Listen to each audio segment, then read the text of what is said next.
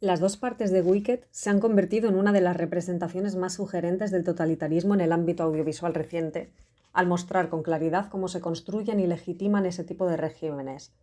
A partir de una estética aparentemente fantástica, la obra despliega mecanismos de poder, propaganda y exclusión profundamente reconocibles. Antes de analizar estos mecanismos, creo que resulta necesario definir brevemente qué se entiende por totalitarismo y cuáles son sus rasgos principales. El totalitarismo, a grandes rasgos, puede definirse como una forma de dominación política que va más allá del control institucional del poder. A diferencia de las dictaduras tradicionales, aspira a intervenir en todos los aspectos de la vida, lo social, lo económico, lo cultural e incluso lo íntimo.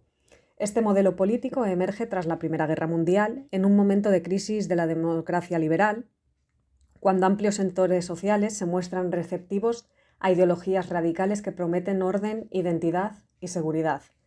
Ejemplos históricos paradigmáticos son el fascismo italiano, el nazismo alemán desde la extrema derecha, así como el comunismo soviético y la ideología juche de Corea del Norte desde la extrema izquierda, especialmente a partir de mediados del siglo XX. Uno de los pilares del totalitarismo es la imposición de una verdad única, presentada como absoluta e incuestionable. Esta verdad se articula a través de una ideología que adquiere un carácter dogmático y excluye cualquier forma de disenso.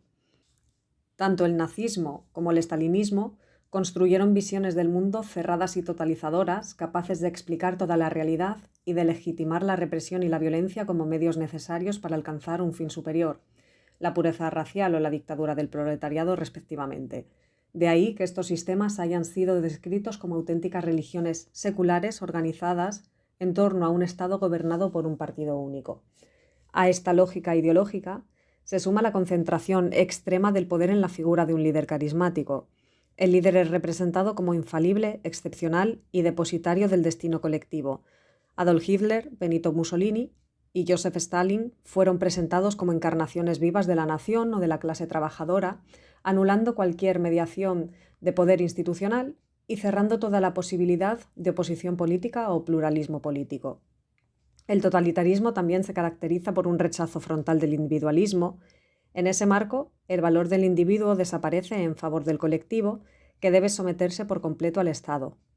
La propaganda y la movilización de masas desempeñan aquí un papel decisivo, y es que no solo difunden el discurso oficial, sino que moldean una identidad común basada en la obediencia, el sacrificio y la lealtad absoluta.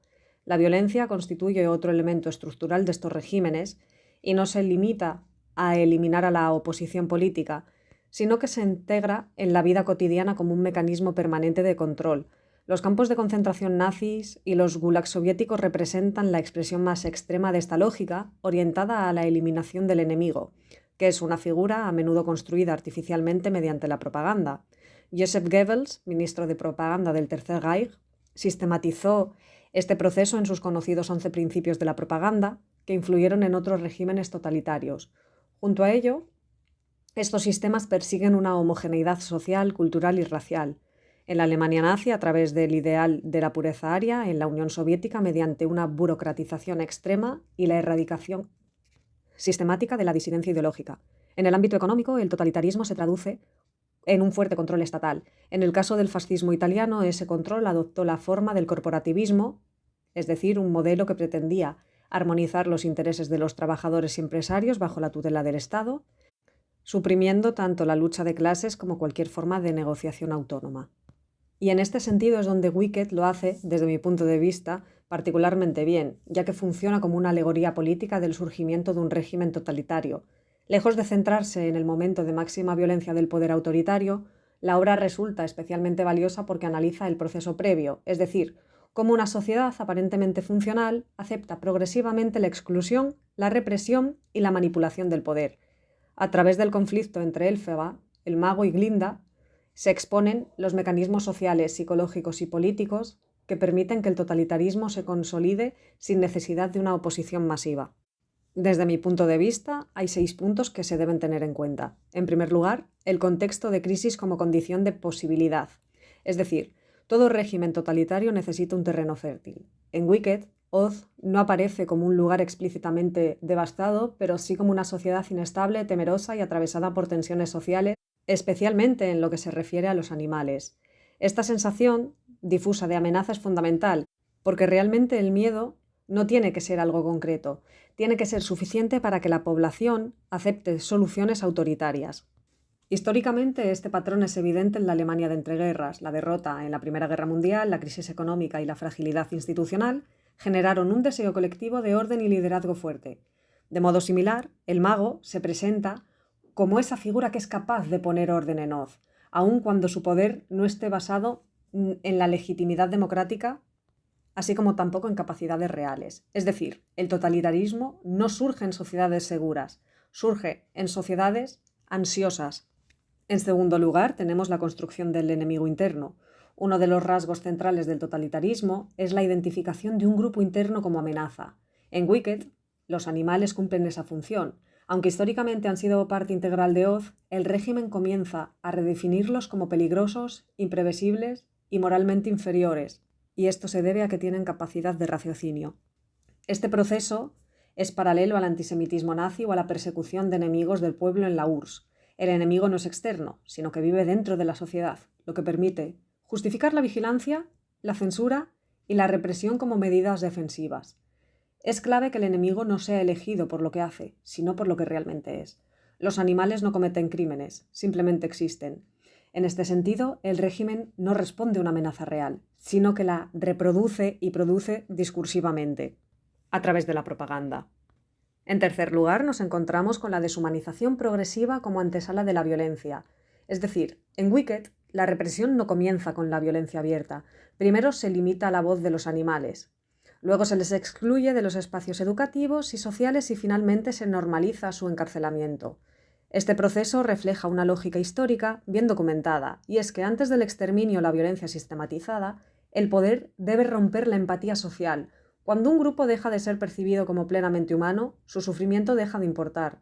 La figura del Dr. Dillman es fundamental para entenderlo, y es que su persecución ocurre en un ámbito académico, lo que demuestra que incluso las instituciones del conocimiento pueden ser cooptadas por el poder. En este sentido, se demuestra que el totalitarismo avanza gradualmente, no de forma abrupta. En cuarto lugar, tenemos la propaganda, el espectáculo y el control del relato y de la narrativa oficial. El régimen del mago no se sostiene principalmente por la fuerza, sino por la construcción de una narrativa oficial.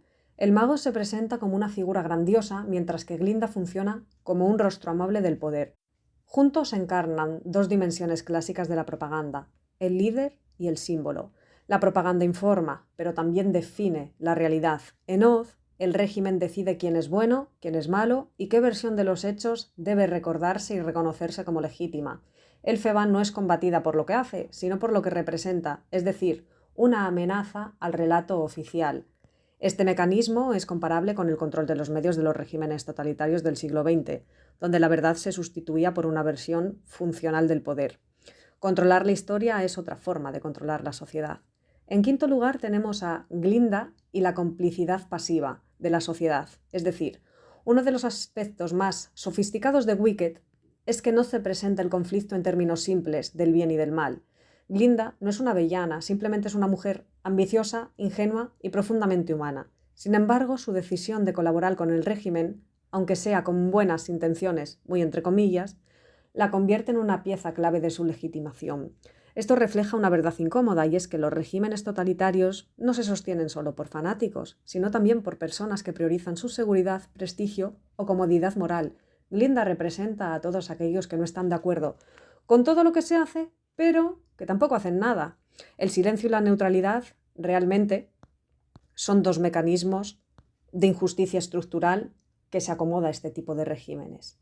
Y ya por último, en sexto lugar, nos encontramos con la demonización del disidente. Elphaba encarna a la figura del disidente político. Su oposición no es violenta ni egoísta, pero el régimen la transforma en un símbolo del mal. El proceso de convertirla en la bruja mala del oeste es un claro ejemplo de criminalización de la resistencia. Al reducir a Elphaba a un mito negativo, el régimen evita discutir sus ideas. No se refuta su discurso, simplemente se deshumaniza. Así, cualquier crítica al sistema puede ser descartada como locura o simplemente maldad. ¿Y qué es lo verdaderamente interesante de todo este entramado? Que los regímenes totalitarios no se imponen únicamente por la fuerza, sino que se construyen mediante propaganda, creación del enemigo interno de la deshumanización progresiva y la colaboración activa o pasiva de ciudadanos comunes. Y aquí entra en juego lo que a mí me gusta llamar totalitarismo silencioso, es decir, que no necesariamente se necesita imponer un régimen totalitario a base de violencia. ¿Y vosotros qué pensáis si lo habéis visto? Os leo en comentarios.